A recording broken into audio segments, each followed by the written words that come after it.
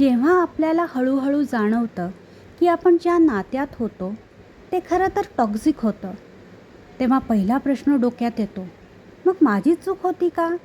मी इतके दिवस इतकी वर्ष त्या नात्यात का राहिले? पण तसं नाही आहे. जेव्हा सुरुवातीला प्रेम आणि नंतर अचानक वेदना मिळते ना, तेव्हा माणसाच्या मेंदूला हे ॲब्यूज आहे हे समजतच नाही. तो मेंदू त्या सुरुवातीच्या प्रेमाच्या आठवणीत अडकतो. तो अब्यूजला सतत मिनिमाइज करत राहतो.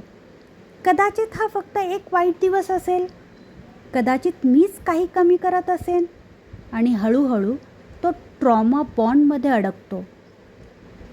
मग मन सतत सांगत राहतं, पुढच्या वेळी सगळं ठीक होईल. तोही तणावात असेल. थोडा वेळ द्यावा का?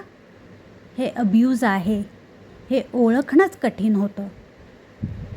पण तू तिथे राहिलीस कारण तू खूप प्रेम करू शकतेस. तू मनापासून एक्सप्रेस करू शकतेस.